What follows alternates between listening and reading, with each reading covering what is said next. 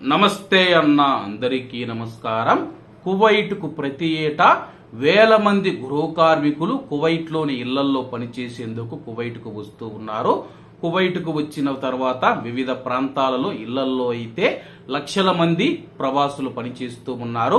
ముఖ్యంగా వీరి సంఖ్య దాదాపు 8 లక్షలకు చేరుకుందని చెప్పి తాజా గణాంకాలు కూడా వెల్లడించాయి.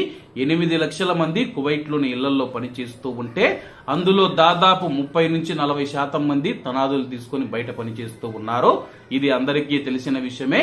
కువైట్లో ఇటీవల కాలంలో తాము పని చేస్తూ ఉన్న చోట చాలా మంది ఆత్మహత్య చేసుకుని చనిపోతూ ఉన్నారు. ఇది చాలా బాధాకరమైన విషయం. అలాగే వాళ్ళ యొక్క మరణానికి గల కారణాలు ఇప్పటికి కూడా తెలియడం లేదు. కువైట్ ఇళ్లలో పనిచేస్తూనే ఉంటారు. 2 సంవత్సరాలు 3 సంవత్సరాలు ఉన్నట్లుండి చనిపోతూ ఉన్నారు.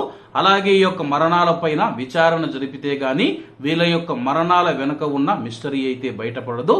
తాజాగా కువైట్లోని సాద్ అబ్దుల్లా ప్రాంతంలో తాను పనిచేస్తూ ఉన్న యజమాని ఇంట్లో ఉరి వేసుకొని ఒక గృహ కార్మికురాలు చనిపోయిందని చెప్పేసి స్థానిక మీడియా పేర్కొంది.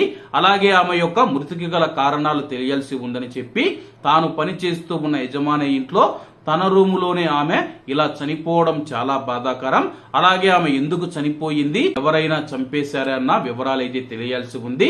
సమాచారం అందుకున్న పోలీసులు సంఘటనా స్థలానికి చేరుకొని అలాగే యొక్క మృతదేహాన్ని పరిశీలించి అలాగే తదుపరి విచారణ కోసం ఈ యొక్క మృతదేహాన్ని ఫోరెన్సిక్ విభాగానికి తరలించామని చెప్పేసి పోలీసులు స్థానిక మీడియాకు తెలిపారు.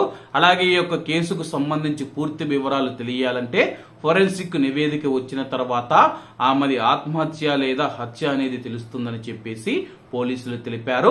కాబట్టి కువైట్ ఇళ్లల్లో పనిచేస్తూ ఉన్న మన భారతీయులు ఎవరైతే ఉన్నారో ఏదైనా సమస్య వచ్చిందని చెప్పేసి దయచేసి ప్రాణాలు తీసుకోవద్దండి. ఏ సమస్య వచ్చినా సరే ధైర్యంగా ఎదుర్కొని ముందుకు వెళదాము.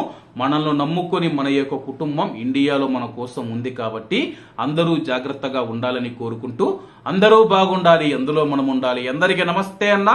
జై హింద్.